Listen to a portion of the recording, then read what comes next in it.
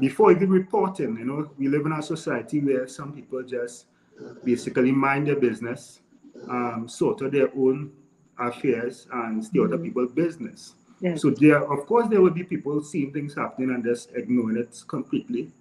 And even when it comes to, let me see, the neighbors, or even the school system seeing some things, there are a lot of persons unsure of who to talk to, if to call the police, if to call social services. We are very unclear on a direction to reach out to persons to indicate the slightest things.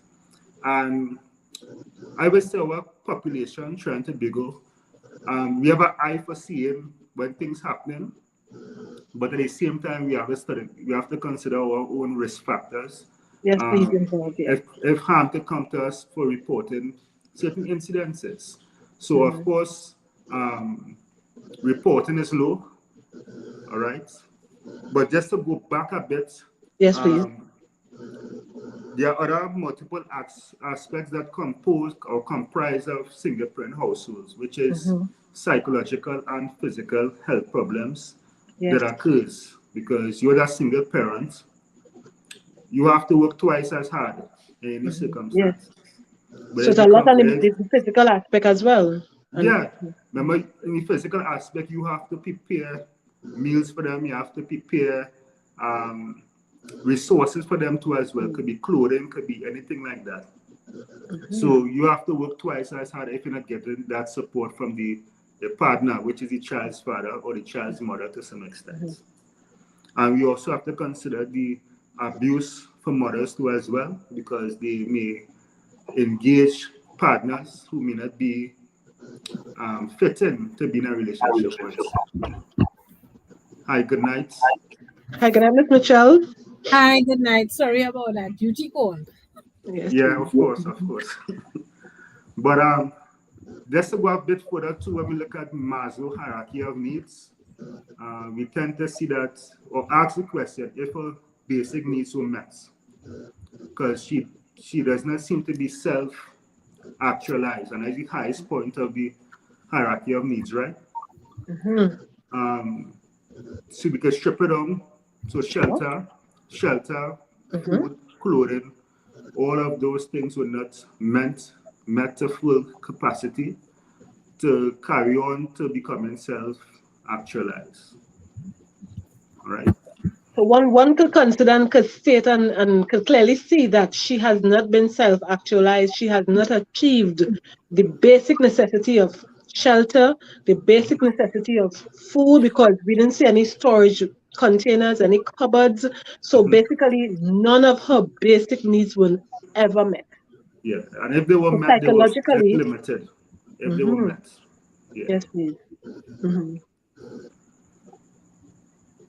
So my question too is the morality or her morality, because after committing the act, she reached out to someone, which is the imam, and it led the imam back to the household to discover the body. She did not try to bury or burn the body or try to discard of it in any kind of way. So I look closely at her morality, if anything else, because it could have been very easy to hide everything. I even considered if there was a mercy kill or for some reason, it's like taking the child's life so that she don't have to live in these circumstances. All right, so that is some of the things that I further think about in analyzing every single part of it. All right, so we look at the neighbor's response. It was very good of her to make a call, I think weeks before or even months before, indicating that that person is experiencing trauma, and she reached out to me. She indicated that she has suicidal ideation. She intends to do something, so you all should look into it. But Mr. Sandy, my concern was, even when we heard the allegations, and Ms. Mitchell will deal with those allegations where Trinidad Authority say first they didn't receive the report, and CPU say we didn't receive any, and then we got the sudden press release which states yes, something was mentioned. As counselors, as social workers, any other human being, you are hearing someone is willing to take another life. no intervention?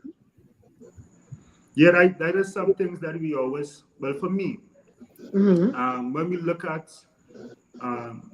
intervention, we look at intake of any client. That is one of the first things that I always mention to our clients. This becomes non-confidential when you want to kill someone. Yes. You want to kill yourself or even hurt yourself. I have to report that to our authorities. So I was wondering if the person whom the neighbor called, the police officer, whoever the person was, if they heard or they is acclimated to something like that, because they hear death, first thing supposed to come to your mind is, let me report that up to somewhere, whether it be my direct superior officer, or whether it be direct landline or hotline to somewhere, but your mind has to lead to that direction when you hear death. So I'm not certain if they were trained in that capacity or whoever that person was. But Mrs. Guy, the person who's in charge of Children's Authority, she indicated that there will be person held responsible if that call went through and no one did anything. So I wait to see how that unravels. But that is the right direction that we're supposed to be going in 20 years ago.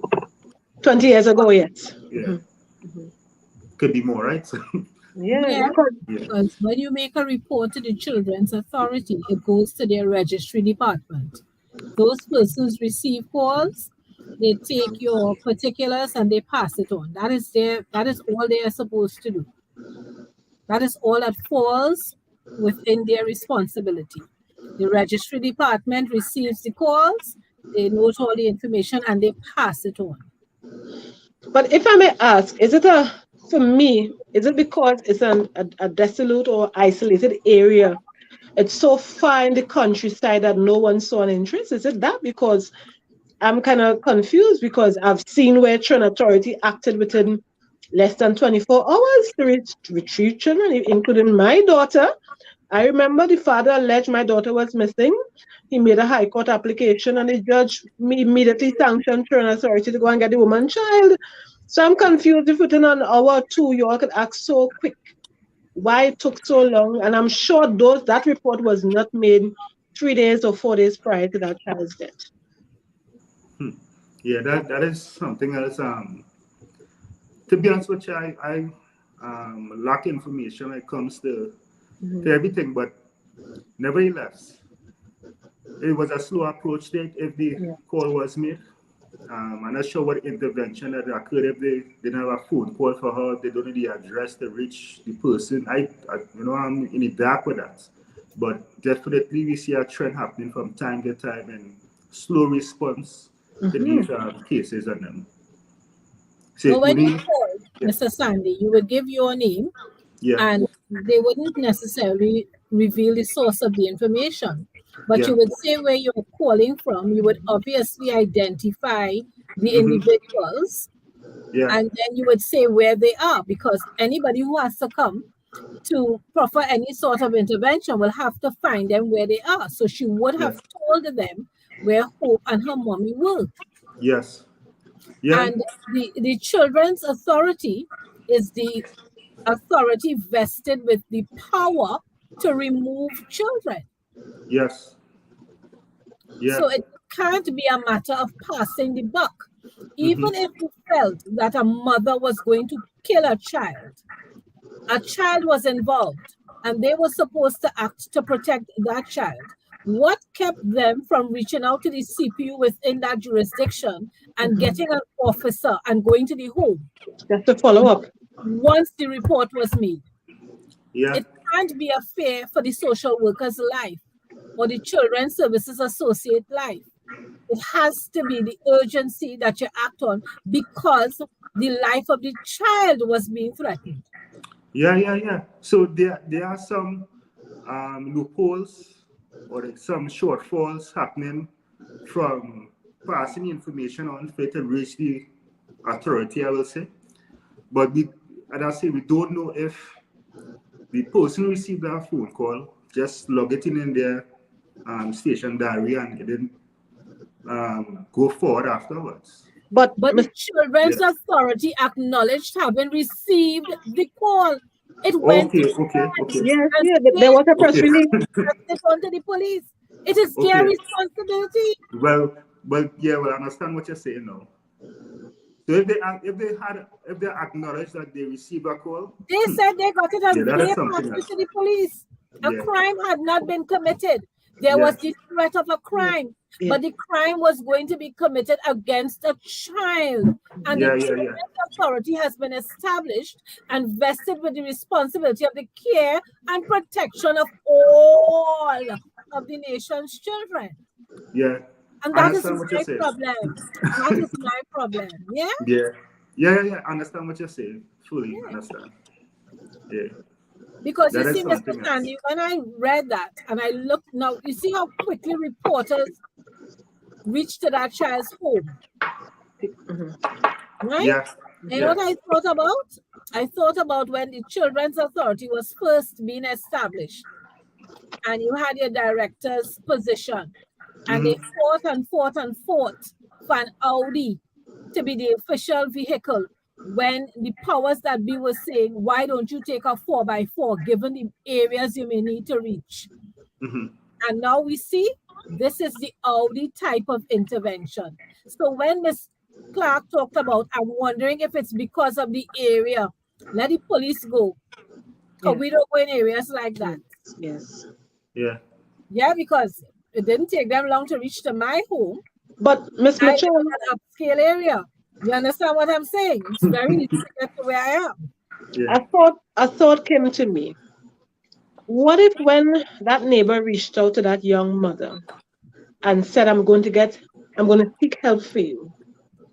And based on the timeline in which the neighbor made that report, and that young mother did not get a response within a week or a few days, would it have been that she got more frustrated with the system?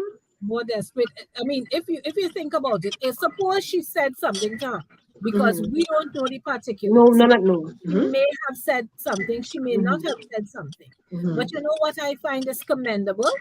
That given her own limits, her own limitations, she did what she could. Yes. We're always being told, if you see something, say something. She saw something. She said something, and the powers that be did nothing. We did nothing. They blamed shift and they sidestepped. Yeah.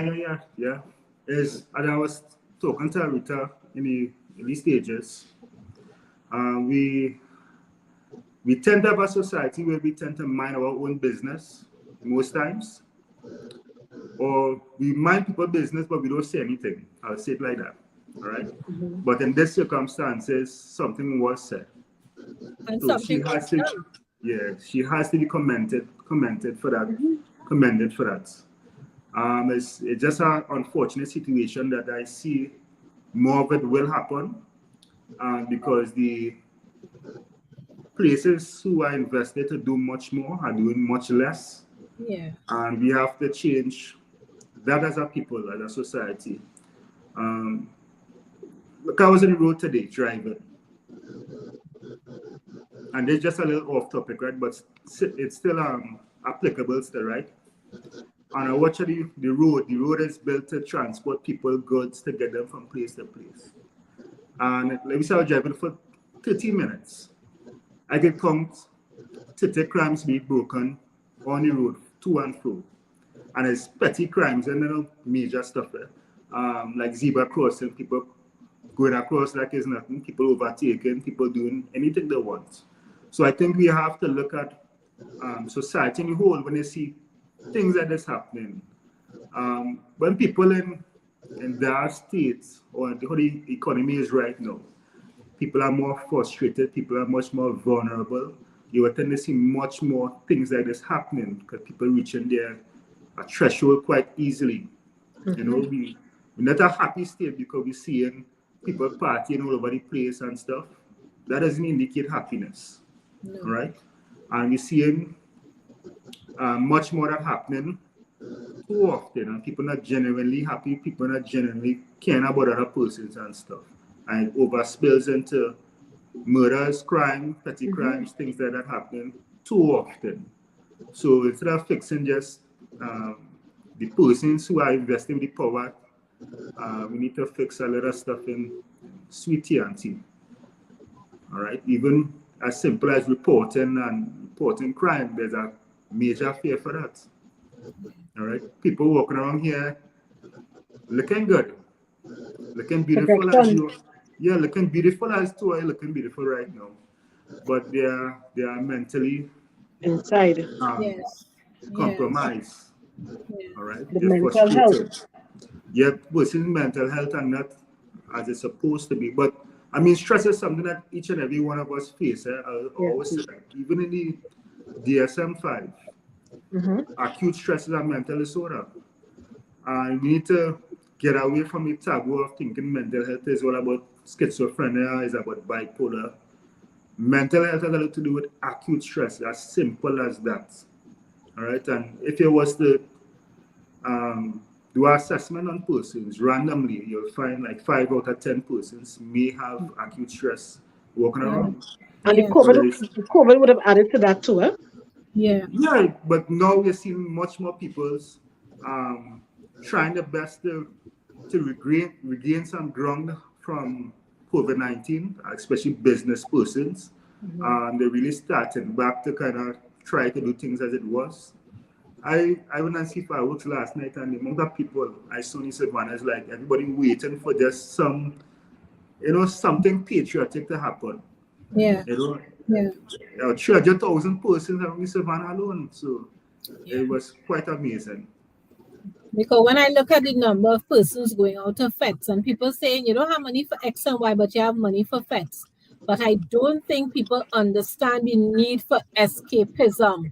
Yes. That you need a break from the pressure cooker.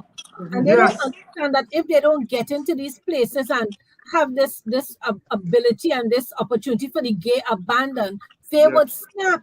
Yes. Exactly. They really snap. Yeah, I saw my friend about 10 years ago. He had a B11, a Sunny.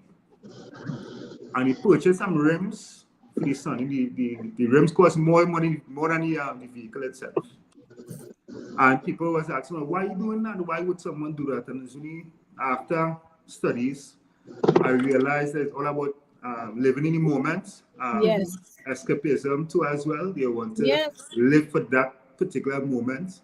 You might be sleeping on a mattress or whatever condition you're sleeping in, dire conditions, but you just want to feel good for that moment. Likewise, when I was talking to Arita earlier, I saw some selfies that Mother and Hope was taking, and they were smiling in the pictures. You would never guess that could happen weeks or days afterwards, right? But pictures doesn't always paint 1,000 words, right? Yeah, that's right. And your facial expression, because remember the officer said the mother appeared to be normal. But how do they know? What is their training? Mr. Sandy, I've seen so many videos online and with families dealing with members who have taken their own lives, and they're asking, how could you not know?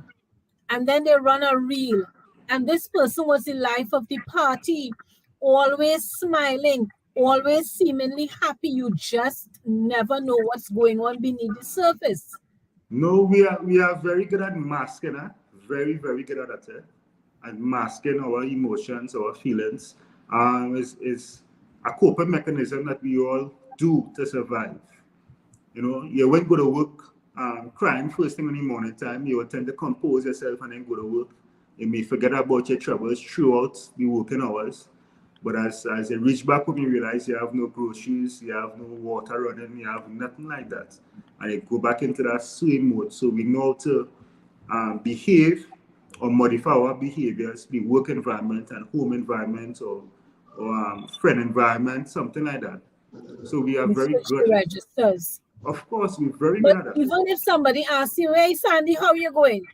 You know that they don't expect you to stand and to rehearse your litany of woes. They expect you to say, man, I good, and keep going.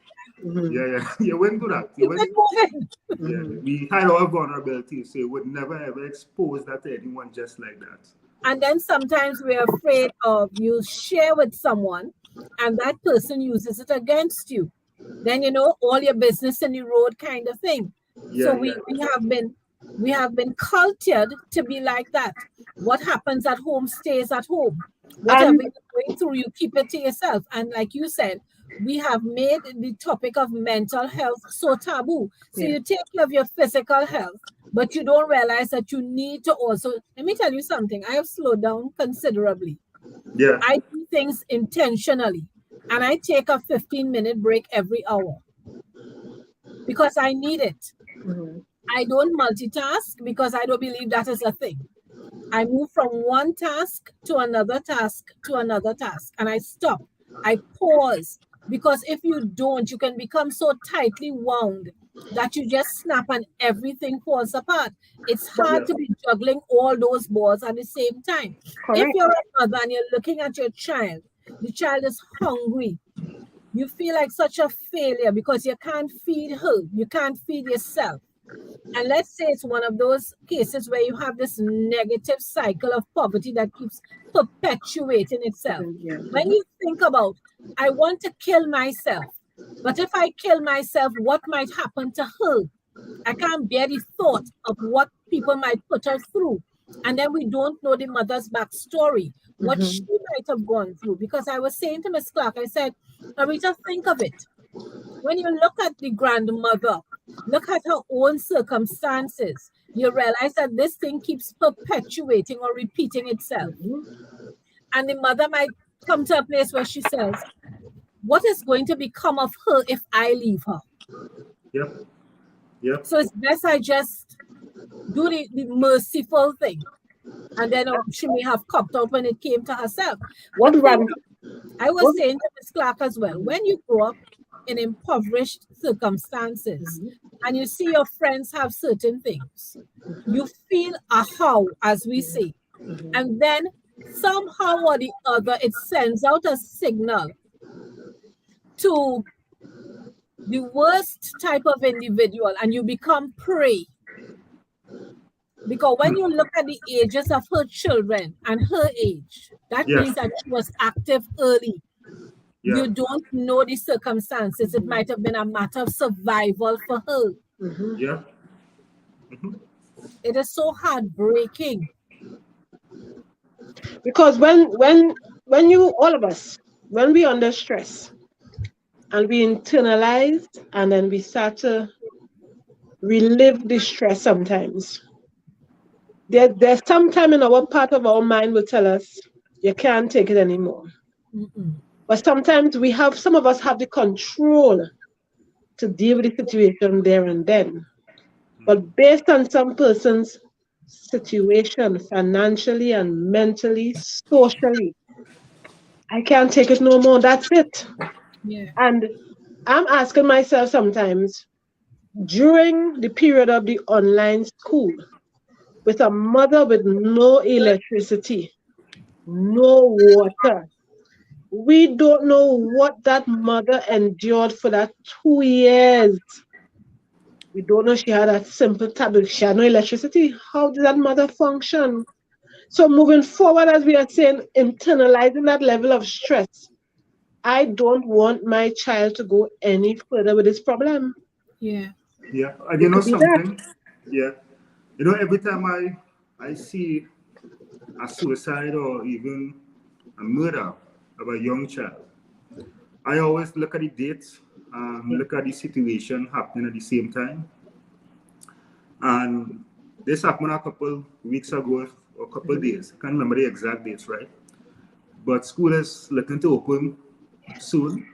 You're not sure if that day was just the day that things are working out. She could have got a phone call. She could have got that was her tipping point. Could have been. You thought you were going to get help for uniform and books.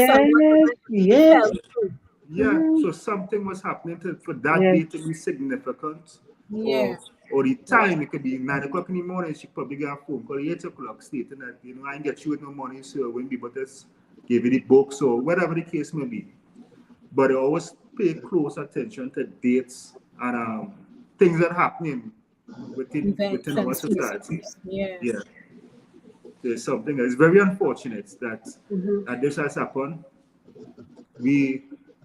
As we always say this mantra when we meet from time to time, person need to be able to access a phone call, even if it's some way or other, we must be able to reach out to persons who could help to prevent these situations from happening. Yeah. So, but Mr.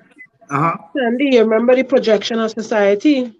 She looking good on social media. She having selfie with his daughter. Yeah. What if we don't know? I'm just predicting. Yeah. What if she went and you don't look as though you need help because how our society label us because you're dressing up, you look neat, you look clean, nothing wrong with you. So society depicts for you to be living in poverty, you must be unkempt and you're here a particular way in order to get a service. And I'm still, as we are saying, with books and uniform and preparation for school. What if this mother tried to reach out somewhere to some agency and she got rejected? We don't know, because if the police said they never got the report and Trinidad authority said yes, their report was made, we don't know what agency she went to and got rejection. Yeah. So rejection is it's hard for many persons to face a rejected story. Miss Clark, I can't get through today. Miss Clark, come back tomorrow, and my last $20 I took to go where I'm going. No, but and I always tell even my colleagues, when clients come to our office, try to avoid rejecting them. Because we don't know if that is the last straw that brought them to the office. Well, we need the eyes for it, right? So we need persons that have that type of education towards dealing with persons on first intake, I will say. Or intake don't have to be in an office too as well. It could be on the streets. But we have to have the eyes for it as a behavioral sciences personnel. We must be able to see that this is just a facade some persons putting up. They're hiding their vulnerabilities. Like for me, when I'm at my darkest moment or so, I will try to look the best. And I said, so that open mechanism that some people may just try to adopt because they don't want persons to see them in that particular light. So even if she living on a mattress, when she's stepping out, when she's sponging her hair, she will try to be, look presentable when she's doing business. So we have to have the eyes of educate the future persons in our field to adopt that position, of course. Or even, do you believe persons are more prone to feel some sort of softness or sympathy because it's a female and not a male that would have carried out that act? I'm not sure. I read some articles some years back, and the article talk about the feminizing of behaviors or reciprocity behaviors. So if you see females in certain roles, or we tend to modify our behaviors to suit the softer side of them, right? Whether it be academics or whether it be in occupational field, wherever it is. But anytime females are around, we tend to modify our behaviors because they are the softer of genders according to the ascribed roles, right, that we have. So I'm not sure if that applies to our diaspora, but I can see it happening easily. Why I'm asking you that is because, of course, when you have your news sites, your online news sites, one of the benefits of that is you get to see how persons in the wider society think or respond to things. And many people try to rationalize, not condone, but try to understand. And people are saying it's because it's a woman. But if it was a man, I don't want to hang him already. And I said, when we are having this conversation, I was going to ask you as a psychologist about it. Yeah. Obviously, but at the same time, we look at news reporters. Some people will look at these whatever news could be, whatever local ones we have, right?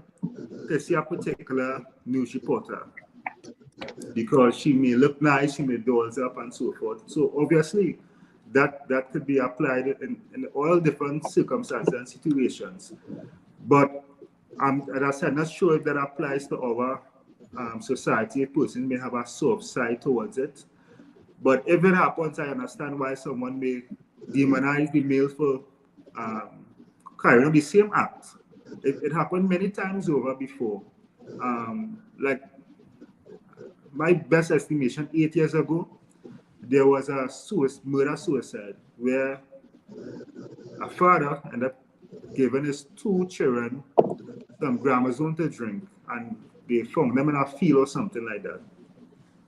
And the comments were quite brutal. You know, why would he do that? He's a wicked man, he's this, he's that. But I have not seen that similar type of behavior with this particular situation. You know, people were more sympathetic, more empathetic too as well towards the female gender kind of that act. All right, but it's not supposed to be that way because, I mean, crime is crime, right? Yes, it is. Right, so yeah. I can understand it, what happening there, but it might not be right way to do things. We have to be objective always and call things for what it is. We cannot be subjective or biased when it comes to male or female gender approaches and things. But what if there are more single mothers out there? Because I don't know if you remember, sometime in June or July, a mother attempted suicide. And the article didn't say long, it just flagged across and went its way. And there are many more mothers out there. There are many more mothers seeking help, don't know who to turn to.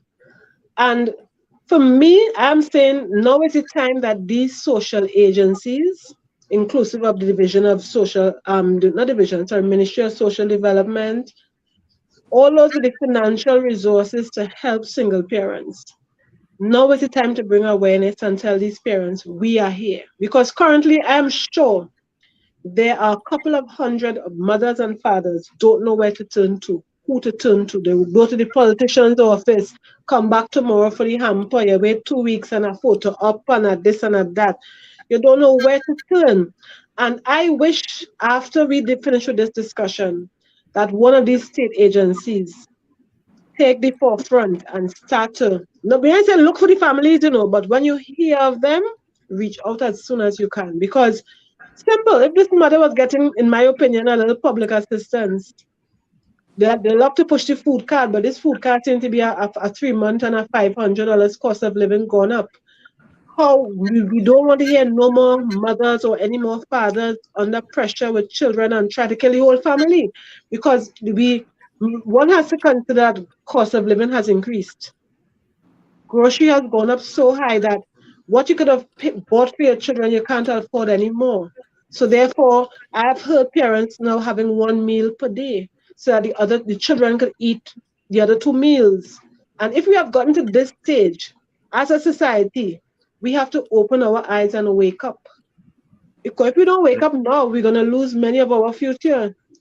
We'll have a missing generational gap where pensioners will have to go a little longer because we're missing the 27-year-old and the 9-year-olds gone.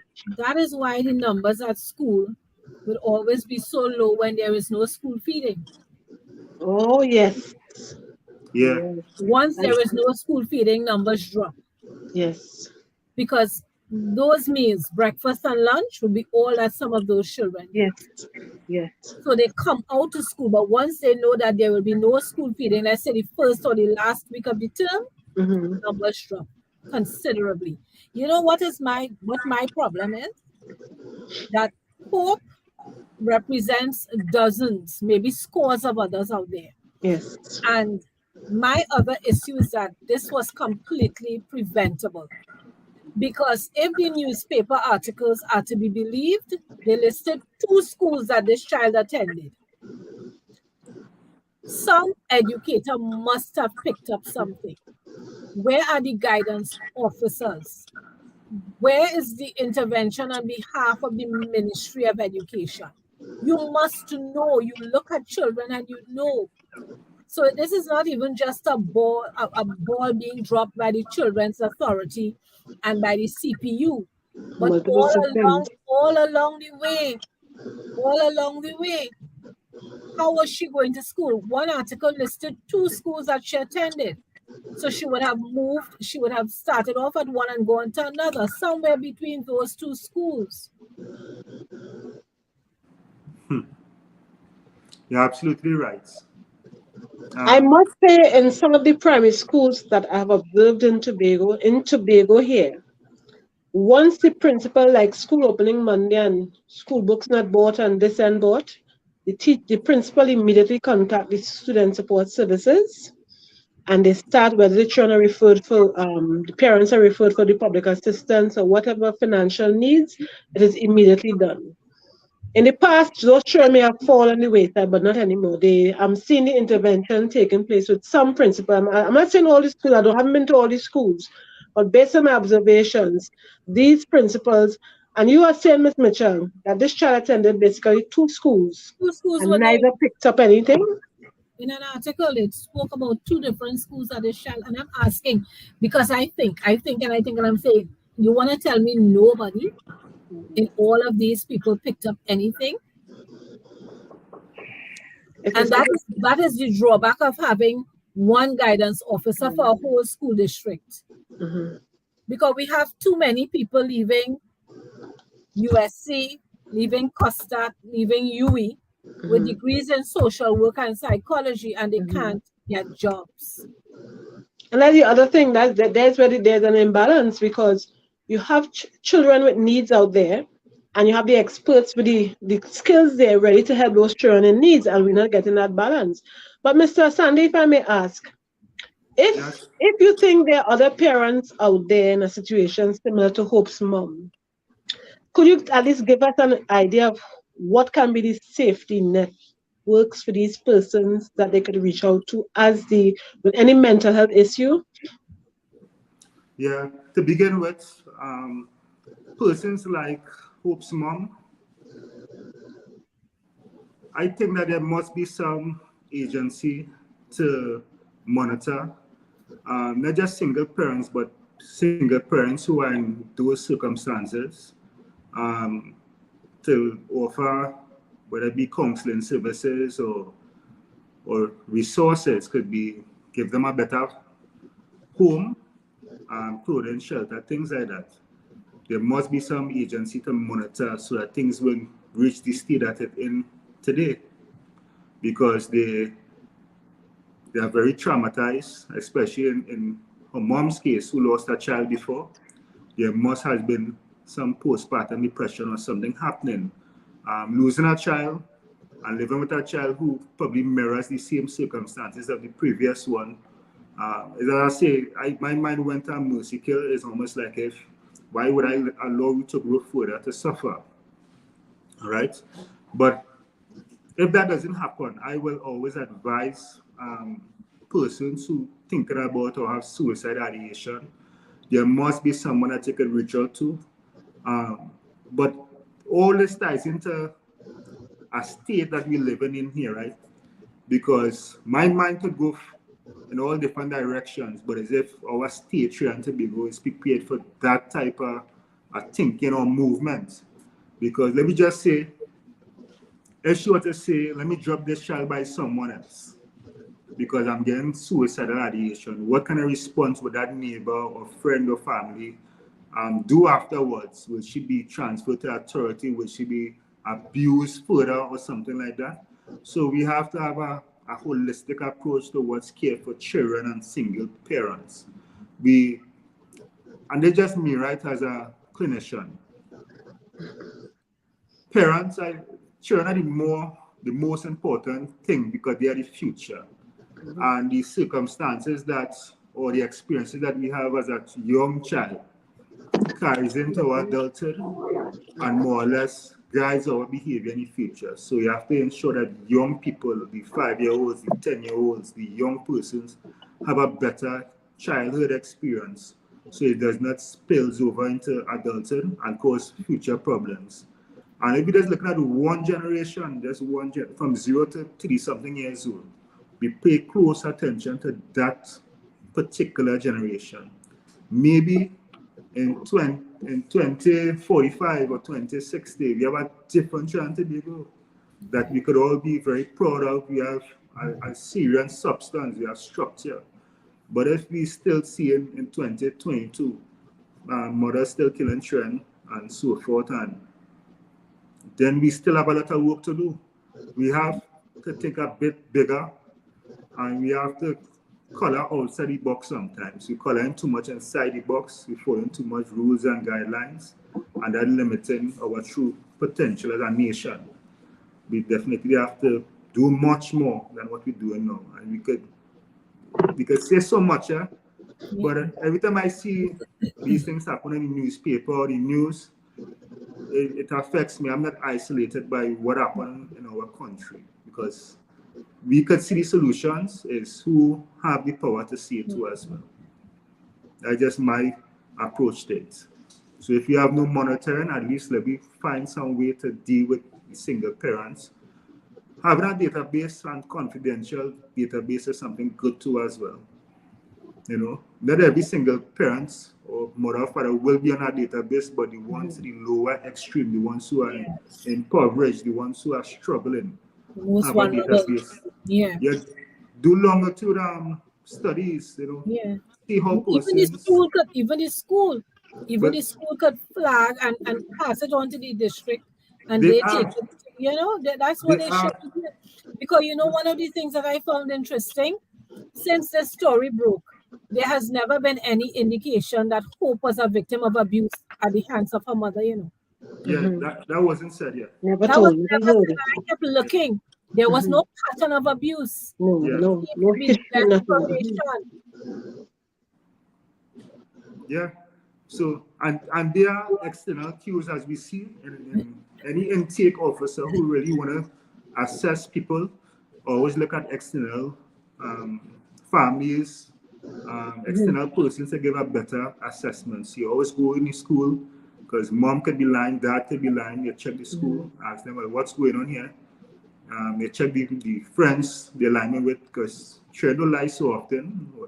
As some of the younger ones, they tend to tell the truth sometimes, or more often, and you find what's going on. But you need more social workers, more psychologists, child psychologists. We need a lot of persons on board. And I'd like to dabble in politics at all, but some time back, one of the ministers and them said, when they was having a banter about what kind of schools, what kind of programs to have in one of our local universities. And his response was, I cannot dictate what that institution offers to the general population. And I totally disagree with that. Totally disagree. They're supposed to be able to say, what kind of society we need in 5 years? We've seen a trend of abuse. We've seen a trend of crime and criminality, vagrancy, displaced persons. So let's boost up the school of behavioral sciences.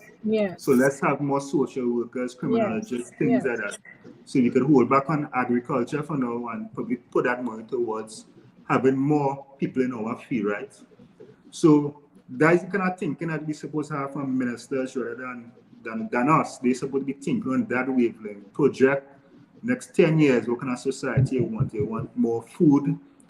At some time, we have to feed ourselves like we see now, right? So in that case, we could balance between the human sciences and also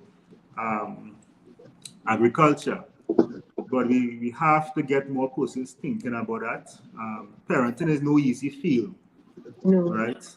Children need to be much more occupied. The brain, like on 5.0, they're different now. As a born from the mother, soon the finger like this to swipe a screen, all right? So we have to try to think on way ahead now, especially for children. You know, why just have like a virtual place for children to go now instead of having this Kindle always or this iPad in the hand with their eyes being affected? We have to find some way to modify the system now. You know? So but we don't have any schools to how to parent, you know, Mr. Sandy. But that's the thing. Having a child or children doesn't make one a parent. And so many people seem to be doing it by trial and error. Yeah. Many people are reading. You're not going to read, and then if this is what your parents, and I listen to comments and call-in programs, and I read. People say, my mother used to beat me, and look how I turn out. Yeah, but you may have other issues. Yeah, you have issues. You have issues. It doesn't mean that because you did not become a quote-unquote criminal. Yes. That you are all together here. You may have other issues, psychological, emotional issues, and we have not been taught about that. People go, and yes, in certain religious organizations, you may have marriage counseling, and that's wonderful. But what about counseling when it comes to parenting? Because your children different, so you have to approach your children differently. What worked for one will not work for another. Let me tell you something. At the end of the day, making the effort to be a good parent is quite exhausting. But how about transgenerational mode that some sectors follow, right?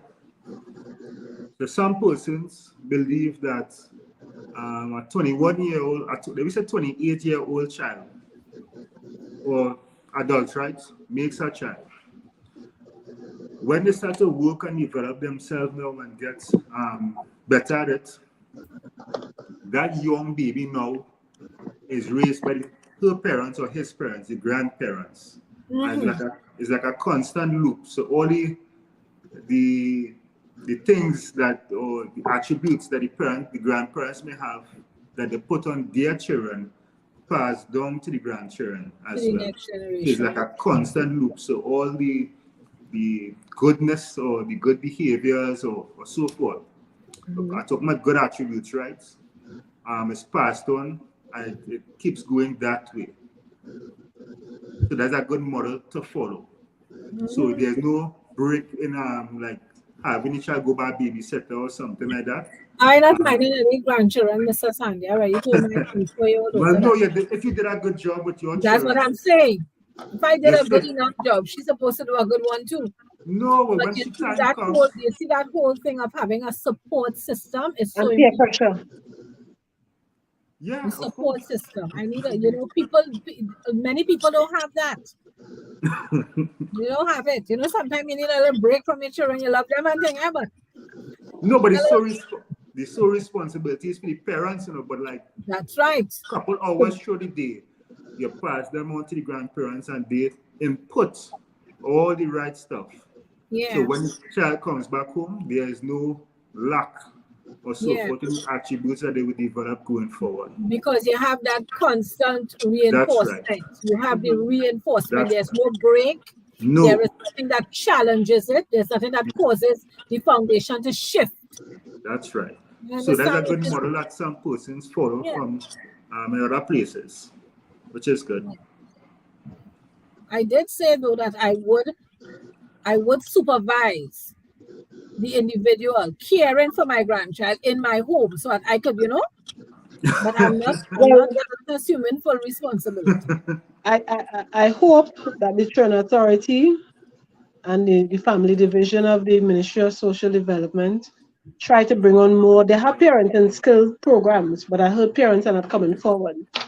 And I hope that they can start to push it from within the schools. So that when the children display particular behavior, you refer the parents of these children to these parenting programs. Because normally a child's behavior at school more or less originated from their first education, which is the home.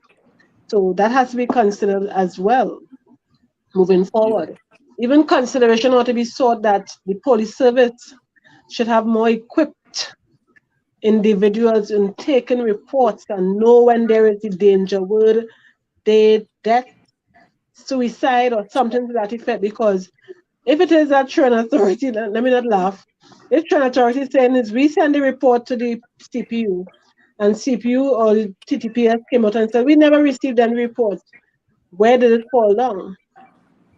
So they need to have more trained individuals. And if we're hearing social, they're going to push people away from social work, studying social work. They're going to push people away from psychology. And then what would we have again in Trinidad? We got one time, psychology and social psychologists were rare and social workers were rare. We're having an increase to utilize what we have, but they're not doing that. Yeah? I'll tell you something, Mr. The CPU, well, in some instances, the CPU's office in a division might call the station.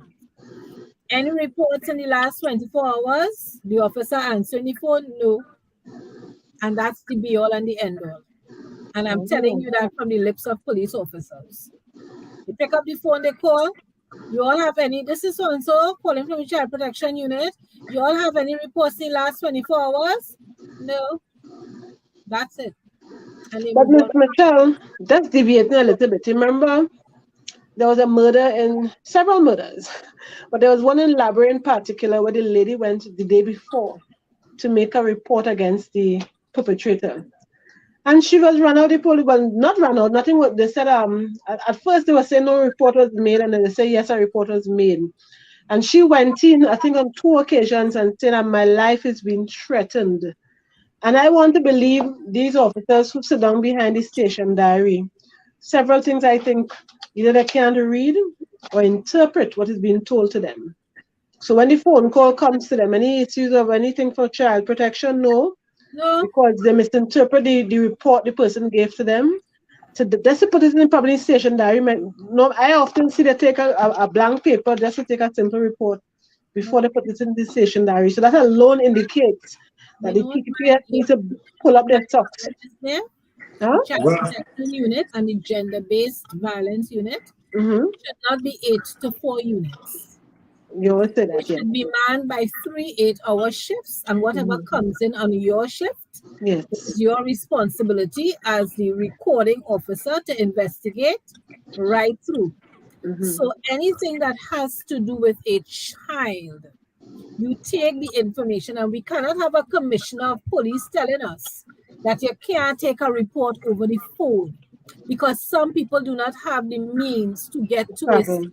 Yes, rural areas. Reach to the station, they look at you and tell you that falling under so-and-so station when your commissioner told you there's an open door policy and at any station you're supposed to be able to make a report. And then you're passing by certain stations after 9 and it'll lock up like people's house. So you can't get in to make a report. The commissioner is telling you, he's discouraging you from calling to make a report. When you go to certain stations, that is not our jurisdiction. You need to go so-and-so place. Once it has to do, as a matter of fact, every station is supposed to take the report. Any report. And if it has to do with a child, you call the CPU immediately. You make contact and you don't make that the responsibility of the individual. Ma'am, we don't take calls about children here, you know. You need to call Noel and CPU. Let me get the number. Was it? No. I've experienced that. I've had people experience it. You discourage people and you keep putting other vulnerable persons' lives at risk. But what about your call? What about the culture? Let's say call CPU Friday. You can't be scraping the bottom of the barrel for police officers. You can't want bare minimum, and you can't be training people for such a short period of time. You're talking about people being tasked with the discharge of the law, you know. You can't be doing this, and then you want to tell us about, you want to run a whole long press release about the officers are considered elite. Considered by whom? Elite as defined as what? You can't be going for 2-week courses and coming back here telling yourself you're a specialist. Or what about the ones who were the SRP and then got converted into the regular police service? Listen to me. You see me, Mr. Sandy? But as I always refer back to Barbados, you can't you can't despair and die. You know, I remember this literature book, and it always say despair and die. But we cannot continue as we have been going. because clearly this is not working. And the most vulnerable among us need to be protected. Yes. Yeah, what we are doing is not working. I think we have to understand the role and responsibility of the TTPS too, of course. I'm certain in their regulations, they may not have laws that governs certain aspects of behavioral sciences as we speak, right? But I think that, or enforcement, I would say, not laws, but enforcement. Because don't mind we are talking from my personal experience, right? We are qualified persons within our field. But the person who receiving a phone call, I'm not certain, right, if that person has the ears or the eyes to hear the danger words, as you said, right? You don't need to take the report, pass it on to the CPU immediately. All I'm asking you to do. I look at this here. Look at the basic counseling course in UWI. Basic counseling. That's some of the principles that is in there. So whatever profession that you have, whether it be a police officer or a military officer, it is understood now, based on education, that this is the way to go forward with anything else. And that is the basic level of counseling services. I'm not certain if those persons now, who just are regular police officer trained for 6 months, is capable of that. Of what? of kind of information or understanding those death words that we talk about. Some persons, but that's what I'm saying, Mr. Sandy. The officers in the charge room, all they're supposed to do is take the report and pass it on to the CPU. That's but not it. Even Ms. Mitchell. What is the purpose of having an officer in charge of a shift? That is his responsibility as well. Listen to me. Okay. We're asking you to know what the words mean. You are inspector. You don't even have to know what they mean, Mr. Sandy. That is why when a report was made at 6:16 at the Arouca police station, Arouca passed it on so that it got to the Northern CPU by 9:37 the night, because that is what they trained to do in the charge room. Pass it on to the CPU. Ms. Mitchell, not in all districts. No, not in Northern district.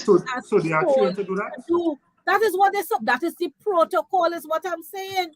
All right. Some of them just tell you, you need to call so-and-so and this is the number because they're lazy.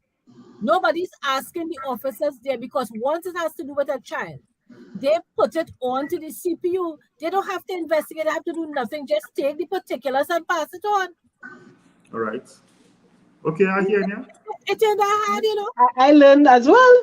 Basically, when people lazy and don't want, when people lazy, that is why now the CPU, as a matter of protocol, will pick up and call the stations in their jurisdiction to ask anything within the last 24 hours relative to a child. Yeah. Now let me say, Sandy, take it, write it down, leave and go on, and then tell somebody, and then tell Clark, and Clark can look in the book. You're getting a hot no, you know. And we all moving on like nobody's business. Got you. Yes. Got you to say no. I understand what you're saying. I understand. Yeah. It's hard, but people lazy. People are very lazy. Well, laziness goes all over, including customer service, everything else. So, and I said before. And you know, we're not a customer service people. Yeah. We had oil and natural gas. We never had to be pleasant. It was never about it. Come on. No comment on natural gas, nothing, right? Well, no, because remember, we were an oil-rich nation. Yes. So we never, our GDP was never pegged on customer service and tourism. That is why if you go anywhere else in the Caribbean, where their GDP is pegged on services and tourism, it's a totally different experience. Yeah. Well, I must say to you both, Mr. Sandy and Ms. Mitchell, this was very informative, very educational, opened my eyes a lot. I'm thankful to have you here, Mr. Sandy. Ms. Mitchell, your contributions, your questions, your expressions, they are real. And I love having you here as well. I'm thankful for having you this afternoon. And with that, would you like to have any closing remarks this afternoon, Ms. Mitchell? Oh, no, but what I want us to keep on top of things like these. I want us to continue to monitor. As Mr. Sandy said, you look at what is happening at the point in time. What's on the calendar? Is it the opening of school? And Mr. Sandy is thinking the way a journalist should think, an investigative journalist. Because we just get the facts, but we don't get the truth. And what we need to do is to keep coming together, to keep delving and to getting the truth at the matters, because fact and truth are not one and the same. That's all I'll say. Mr. Sandy, any closing remarks for the nation? Yeah, of course. To everyone, people tend to mask their behaviors all the time, but looking a little closer to persons in a work environment, in a home environment, try asking questions to persons, even if they're all right. Try find a private place and just ask them questions and feel them out, because persons are suffering silently here. And no one likes to lose a life, even a young life, or see that being taken. There's something happening in Trinidad right now where we have to look a little deeper into ourselves and empathize with people, sympathize with people. All right, we now come out of a pandemic, of course, so now's the time. If someone asks you for $5, if you have 10, give them 5. Yeah. And don't think too much about it. You're helping someone. That's my contribution. That's true. Well, Trinidad and Tobago, there you had it. You had 2 experts, one in the communication field, Ms. Mitchell, and the other, Mr. Sandy, in the psychological field. We are thankful for having them this afternoon, and we look forward from Single Parent Action Network to have more discussions like these in the future. Thank you, Trinidad and Tobago, and by extension, the world. Thank you very much.